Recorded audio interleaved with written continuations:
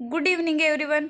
अपन agriculture supervisor का हिंदी का syllabus पढ़ रहे थे, तो उसमें हिंदी के सिलेबस में आपका फर्स्ट टॉपिक है संधि। संधि का अपन परिचय ने पढ़ लिए। आज अपन पढ़ेंगे संधि का नेक्स्ट पार्ट। तो संधि के फर्स्ट वीडियो में अपन पढ़े थे कि संधि का शाब्दिक अर्थ क्या होते हैं, संधि का विलोम शब्द क्या होता है, गौण संधि किसे कहते हैं, प्रधान संधि किसे कहते हैं, और जो स्वर संधि, व्यंजन संधि, विसर्ग संधि ये कैसे बनी है, ये सब अपन पढ़ लिए। आज अपन पढ़ेंगे संधि के टाइप्स और सोहर संधि के टाइप से पढ़ेंगे। तो संधि कितने प्रकार की होती है? 3 प्रकार की, स्वर संधि, व्यंजन संधि और विसर्ग संधि। अब यहाँ पे पढ़ेंगे अपन स्वर संधि। टोटल अपने कितने स्वर होते हैं? 11 स्वर होते हैं। ए, आ, ई दीर्घ ई, उ दीर्घ उ, री, ए, आई और ओ, औ। ये टोटल अपने 11 स्वर है। तो स्वर संधि में स्वर के साथ स्वर के योग से जो बदलाव होता है उसे स्वर संधि कहते हैं। जैसे कि ए और ए का योग करवाएंगे, ये स्वर है दोनों तरफ, और ए और ए का योग करवाएंगे तो ये आ में बदल जाएंगे। तो स्वर संधि में क्या होता है कि स्वर के साथ स्वर के योग से जो बदलाव होता है उसे ही स्वर संधि कहते हैं। एक बात और आप ध्यान रखिएगा कि प्रत्येक स्वर अपने आप के साथ तो जुड़ेगा और अन्य शेष स्वरों के साथ भी जुड़ेगा। प्रत्येक स्वर अपने आप के साथ जुड़ेगा और अन्य सभी स्वरों के साथ भी जुड़ेगा। जैसे कि ए खुद के साथ भी जुड़ेगा, खुद के साथ जुड़ने के बाद में यह ए आ के साथ जुड़ेगा, फिर ए ई के साथ जुड़ेगा, फिर ए दीर्घ ई के साथ जुड़ेगा। ऐसे ये प्रत्येक स्वर अपने आप के साथ साथ शेष अन्य स्वरों के साथ भी जुड़ेगा। और स्वर संधि किसे कहते हैं कि स्वर के साथ स्वर के योग से होने वाला बदलाव ही स्वर संधि कहलाते हैं। टोटल कितने स्वर होते हैं? 11 स्वर होते हैं। ये बात आप ध्यान रखिएगा। आप नोटबुक लेके नहीं बैठे तो नोटबुक लेके पढ़िएगा, आपको साथ के साथ याद हो जाएगा। अब अपन पढ़ेंगे स्वर संधि का फर्स्ट टाइप, दीर्घ संधि। तो दीर्घ संधि में होता है ए और आ का योग ए आ से होता है तो ये दीर्घ आ में बदल जाता है। जैसे कि ए आ का योग ऐसे होता है, जैसे ए का योग ऐसे होता है तो ये आ में बदल जाता है।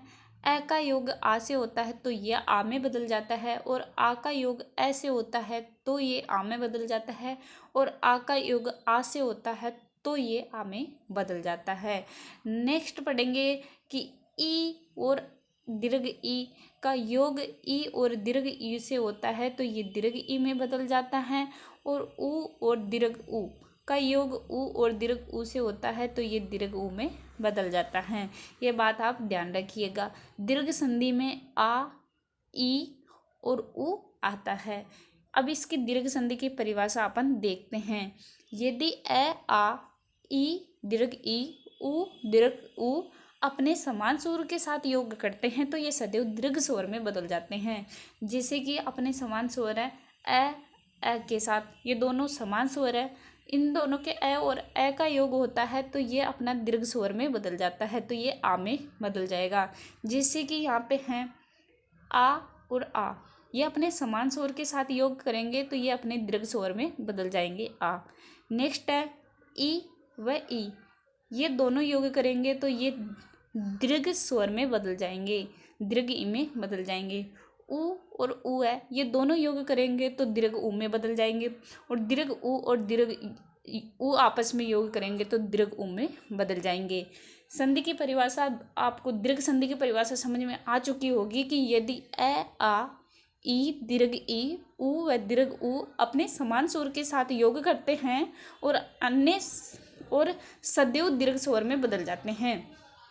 ये अपने समान स्वर के साथ योग करते हैं, उसके बाद में ये सदैव दीर्घ स्वर में बदल जाते हैं, उसे ही दीर्घ संधि कहते हैं। अब अपन स्वर संधि का अपना नेक्स्ट टाइप पढ़ेंगे, गुण संधि। कौन सी संधि पढ़ेंगे? गुण संधि। अब ए और आ का योग समान स्वरों के साथ हो चुका है, समान स्वर के साथ योग होता है तो वो सदैव अपने दीर्घ स्वर में बदल जाते हैं। अब अपन पढ़ेंगे ए आ का योग असमान स्वरों के साथ योग करवाएंगे।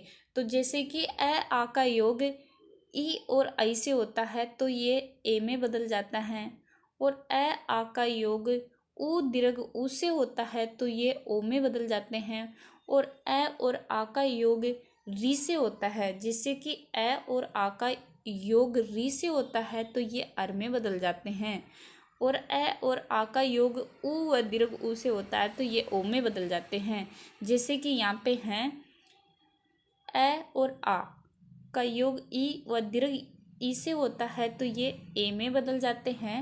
ए और आ का योग ऊ दीर्घ ऊ से होता है तो ये ओ में बदल जाते हैं।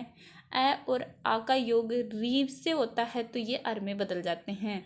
जैसे कि ए और आ का योग समान स्वरों के साथ दीर्घ संधि में करवा दिए, अब अपन अन्य शेष स्वरों के साथ इसका योग करवा दिए गुण संधि में। ये असमान स्वर ही तो हैं। समान स्वर जैसे कि ए आ का योग ए आ से दीर्घ संधि में करवा चुके हैं, उसमें ये दीर्घ स्वर में बदल जाते हैं। और इसके अन्य असमान स्वर थे, अपन स्पष्ट पढ़े थे कि प्रत्येक स्वर अपने आप के साथ भी जुड़ेगा और अन्य शेष स्वरों के साथ भी जुड़ेगा। तो प्रत्येक स्वर अपने आप के साथ दीर्घ संधि में जुड़ चुका है, जिससे कि सदैव उससे दीर्घ स्वर बनता है। अपने आप के साथ जुड़ता है तो सदैव दीर्घ स्वर में बदल जाता है। और ए आ का योग अन्य स्वरों को, मतलब ये खुद के साथ भी जुड़ेगा और अन्य स्वरों से भी जुड़ेगा। तो ए आ का योग अन्य स्वर जैसे कि ई, आई, उ, ओ, औ और री से भी जुड़ गए। अब अपन देख लेते हैं गुण संधि की परिभाषा। तो गुण संधि की परिभाषा है अपने यहाँ पे कि यदि ए आ के साथ ई दीर्घ ई ऊ व दीर्घ ऊ व री का योग होता है तो ये क्रम से ए ओ अर में बदल जाता है, तो इसे गुण संधि कहते हैं। ए आ के साथ ई आई ऊ दीर्घ ऊ व री का योग होता है। ए आ के साथ समान स्वर के साथ तो हो चुका है, अब अन्य के साथ जोड़ेंगे अन्य स्वरों के साथ। तो ई दीर्घ ई ऊ और दीर्घ ऊ री का योग होता है तो ये क्रम से ए ओ और अर में बदल जाते हैं, तो इसे गुण संधि कहते हैं। अब अपन पढ़ेंगे संधि का नेक्स्ट पार्ट, जो नेक्स्ट टाइप है वो पढ़ेंगे वर्दी संधि। तो यहाँ पे अपन पढ़ेंगे वर्दी संधि। ए आ का योग अपन ई और दीर्घ ई से करवा चुके हैं, और ए आ का योग ऊ और दीर्घ ऊ से करवा चुके हैं, और ए आ का योग री से करवा चुके हैं। अब री के बाद में बचा अपना ए आई ओ और औ, इनके योग करवाएं। जैसे कि यहाँ पे हैं ए आ का योग ए आई से करवाएंगे तो ये ए में बदल जाएंगे, और ए आ का योग ओ औ से करवाएंगे तो ये ओ में बदल जाएंगे। यहाँ पे हैं कि ए आ का योग ए आई से करवाएंगे तो ये आई में बदल जाएंगे, और ए और आ का योग ओ औ से करवाएंगे तो ये औ में बदल जाएंगे। यहाँ पे टोटल अपने ए आ 11 स्वरों के साथ जुड़ चुका है। ये अपने आप के साथ भी जुड़ चुका है स्वर दीर्घ संधि में, और ये अन्य शेष स्वरों के साथ भी जुड़ चुका है गुण संधि तक। अब अपन वर्दी संधि की परिभाषा देख लेते हैं।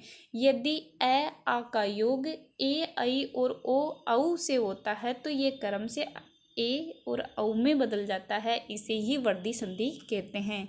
डेफिनेशन आपको समझ आ गई होगी। फिर से अपन डेफिनेशन देखते हैं कि यदि ए आ का योग ए आई ओ औ से होता है तो ये क्रम से ए औ में बदल जाते हैं, इसे वर्दी संधि कहते हैं। अब अपन स्वर संधि का नेक्स्ट प्रकार पढ़ेंगे यण संधि। अपनी दीर्घ संधि और गुण संधि वर्दी संधि पूरी हो चुकी है। अब अपन पढ़ेंगे यण संधि।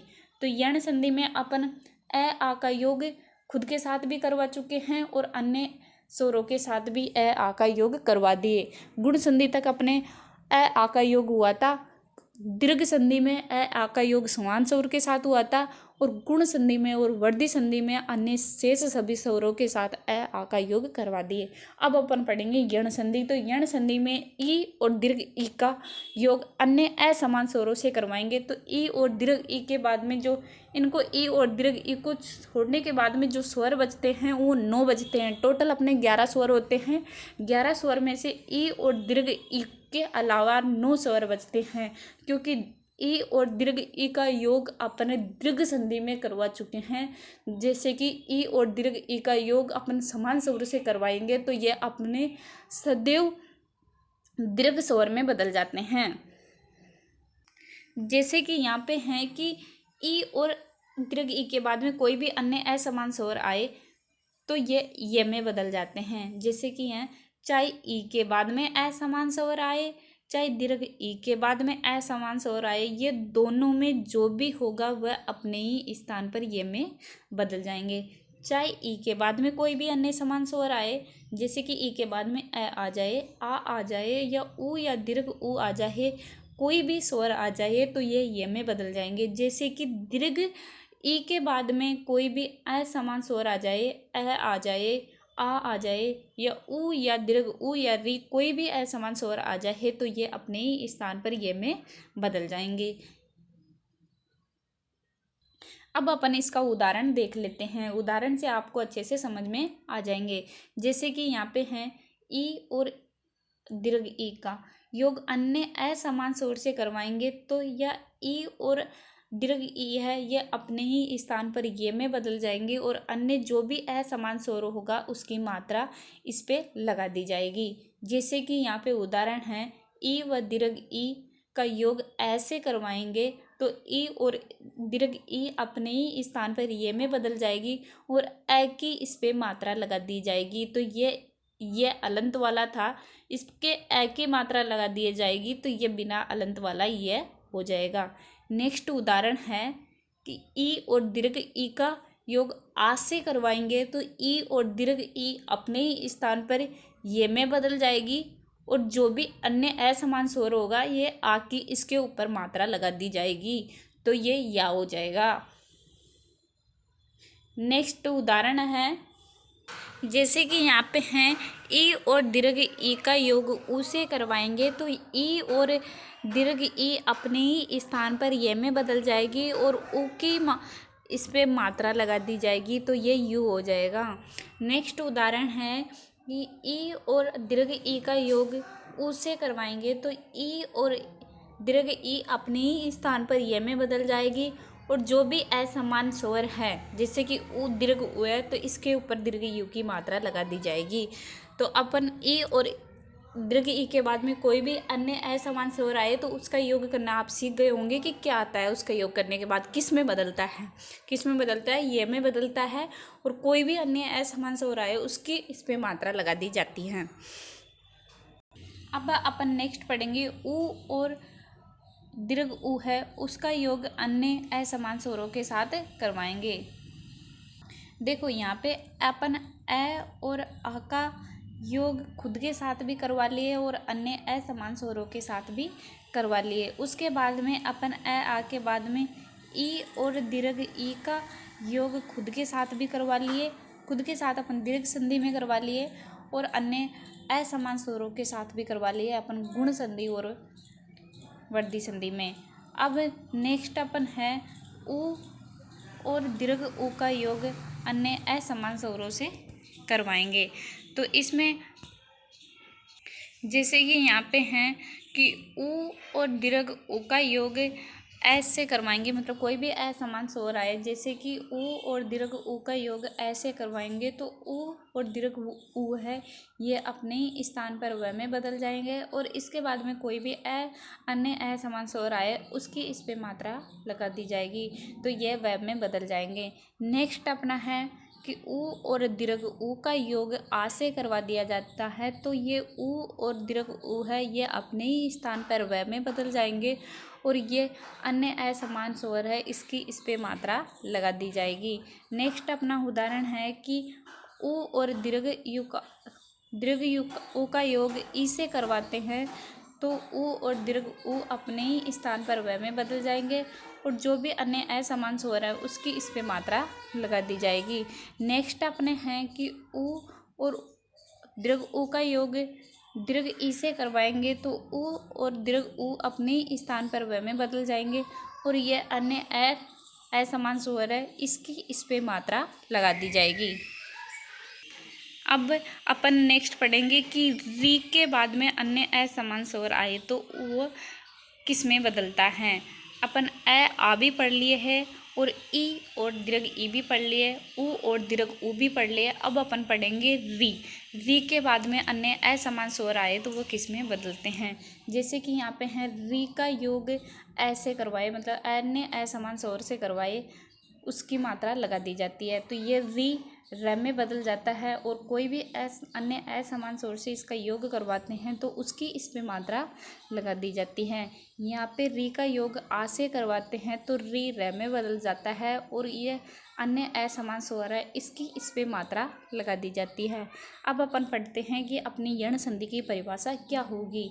यहाँ पे परिभाषा आपको दे रखी है कि यदि ई दीर्घ ई, उ दीर्घ उ व री के बाद में असमान स्वर का योग होता है तो ये क्रम से ई दीर्घ ई ये में बदल जाती है, उ और दीर्घ उ व में बदल जाता है और री र में बदल जाता है और जो भी अन्य असमान स्वर होता है उसकी इस पे मात्रा लगा दी जाती है। इसे ही यण संधि कहते हैं। यण संधि आपको समझ में आ गई होगी। आप इस वीडियो को 2 से 3 बार देखिएगा, आपको अच्छे से समझ में आ जाएगा और आप साथ के साथ नोटबुक भी लिखिएगा, तब ज़्यादा समझ में आएगा। वापस आप इसकी परिभाषा देखते हैं। यदि ई व दीर्घ ई, उ व दीर्घ उ व री के बाद में अन्य असमान स्वर का योग होता है तो ये क्रम से ई आई ये में बदल जाते हैं और उ व दीर्घ उ व में बदल जाते हैं और री र में बदल जाते हैं और जो भी अन्य असमान स्वर होता है उसकी इस पे मात्रा लगा दी जाती है, उसे ही यण संधि कहते हैं। अब अपन पढ़ेंगे स्वर संधि का पांचवा प्रकार पढ़ेंगे अयादी संधि। अपन पढ़ लिए दीर्घ संधि, अपन पढ़ लिए गुण संधि, अपन पढ़ लिए वर्धी संधि, अपन पढ़ लिए और यण संधि अपन पढ़ लिए। अब पढ़ेंगे अयादी संधि। तो ये स्वर संधि का लास्ट प्रकार है अयादी संधि। तो इसमें अपन ए और आई और ओ और औ का योग कोई भी स्वर के साथ करवाते हैं तो ये आई औ और आ में बदल जाते हैं। अपन ए और आ का योग करवा लिए थे और ई और दीर्घ ई का भी करवा लिए, उ और दीर्घ उ का भी अन्य असमान स्वरों के साथ योग करवा लिए, री का भी अन्य असमान स्वरों के साथ योग करवा लिए। अब अपन पढ़ेंगे ए आई ओ और औ का योग कोई भी स्वर के साथ हो तो ये ए आए औ और आओ में बदल जाते हैं। जैसे कि यहाँ पे हैं ए के बाद में कोई भी स्वर हो तो उसकी इस पे मात्रा लगा दी जाती है, कोई भी स्वर हो, और ए अपने ही स्थान पर आए में बदल जाता है। अब ये आए में ही क्यों बदलता है इसका अपन रीजन देखते हैं। जैसे कि अपन गणित में 7 को 4+3 लिख सकते हैं, वैसे ही अपन ये अपना ए है इसको ए प्लस ई लिख सकते हैं। गुण संधि में ए और ई का योग होता है तो ये ए में बदलता है। जैसे कि वही अपन 7 को 4+3 लिख सकते हैं, वैसे ही यहाँ पे ए को ए प्लस ई लिख सकते हैं। वो अपन गुण संधि में पढ़े थे, ए और ई का योग होता है तो ये ए में बदल जाते हैं। अब यहाँ पे अपन यण संधि में पढ़े थे कि ई के बाद में कोई भी स्वर आए तो ये अपने ही स्थान पर ये में बदल जाते हैं। किस में बदल जाते हैं? ये में बदल जाते हैं। चाहे कोई भी स्वर आए ये अपने ही स्थान पर ये में बदल जाती है। और ये ए है और यहाँ पे ई है तो ये अपने ही स्थान पर ये में बदल जाएंगे। तो यहाँ पे हो गया ए। तो ये ए के बाद में कोई भी स्वर आए तो ये ए है, ये ए में बदल जाता है और जो भी स्वर आए उसकी इसमें मात्रा लगा दी जाती है। नेक्स्ट अपन इसके उदाहरण देखते हैं। जैसे कि आई का योग कोई भी स्वर से होए तो उसकी इसमें मात्रा लगा दी जाती है और ये आई में बदल जाता है। जैसे कि आई का योग ऐसे करवाते हैं तो आई पे इस अन्य असमान स्वर की मात्रा लगा दी जाती हैं। जैसे आई का योग आ से होता है तो यहाँ पे आई पे इस आ की मात्रा लगा दी जाती है तो ये आया हो जाता है। नेक्स्ट है ओ के बाद में कोई भी स्वर आए तो ये ओ को औ लिखते हैं और कोई भी स्वर आता है तो उसकी इस पे मात्रा लगा दी जाती है। अब यहाँ पे ओ को औ ही क्यों लिखते हैं? तो ये ओ को औ इसलिए लिखते हैं क्योंकि जैसे कि मैं आपको समझाई थी कि 7 को अपन 4+3 भी लिख सकते हैं, वैसे ही ओ को अपन ए प्लस उ भी लिख सकते हैं जो दीर्घ संधि में ओ में बदलता है। जैसे कि ए प्लस उ ये ओ में बदल जाता है। और आ का योग दीर्घ ऊ से करवाते हैं तो ये ओ में बदल जाता है। अब अपन यण संधि में पढ़े थे कि ऊ के बाद में या दीर्घ ऊ के बाद में कोई भी अन्य असमान स्वर आए और बट उसकी तो इस पे मात्रा लगा दी जाती है और ऊ और दीर्घ ऊ अपने ही स्थान पर व में बदल जाते हैं। ये अपन यण संधि में पढ़े थे।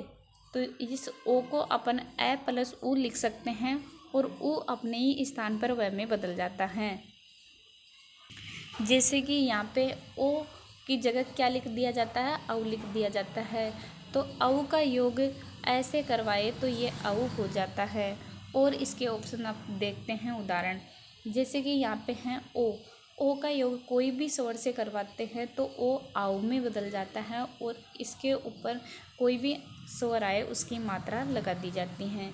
जैसे कि आओ का योग ऐसे करवाते हैं तो ये आओ पे इस कोई भी स्वर की मात्रा लगा दी जाती है।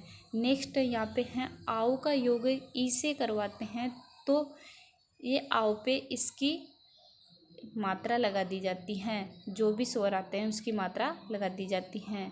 यहाँ पे अपने नेक्स्ट उदाहरण है कि आओ का योग आ से करवाते हैं तो ये जो आओ है इस पे आ की मात्रा लगा दी जाती है तो ये आवा हो जाता है। आओ का योग यू से करवाते हैं, ऊ से करवाते हैं तो इस पे ऊ की मात्रा लगा दी जाती है। नेक्स्ट यहाँ पे हैं आओ का योग ई से करवाते हैं तो ई की इस आओ पे मात्रा लगा दी जाती है जिससे कि आवी। नेक्स्ट है आओ का योग दीर्घ ऊ से करवाते हैं तो दीर्घ ऊ की इस आओ पे मात्रा लगा दी जाती है तो ये हो जाता है आओ। यहाँ पे अपन स्वर संधि अपनी कंप्लीट हो चुकी है। स्वर संधि के अपने पांचों प्रकार पढ़ लिए, दीर्घ संधि पढ़ लिए, गुण संधि पढ़ लिए, वर्धी संधि पढ़ लिए और यण संधि पढ़ लिए और अयादि संधि पढ़ लिए। अगर आपको ये वीडियो समझ में नहीं आया तो आप इस वीडियो को 1 से 2 बार देखिएगा, आपको समझ में आ जाएगा और आप साथ के साथ लिखिएगा तब आपको अच्छे से समझ में आ जाएगा। आप हमारे चैनल को सब्सक्राइब नहीं किए तो सब्सक्राइब कर लीजिएगा और अपने फ्रेंड्स के पास भेजिएगा।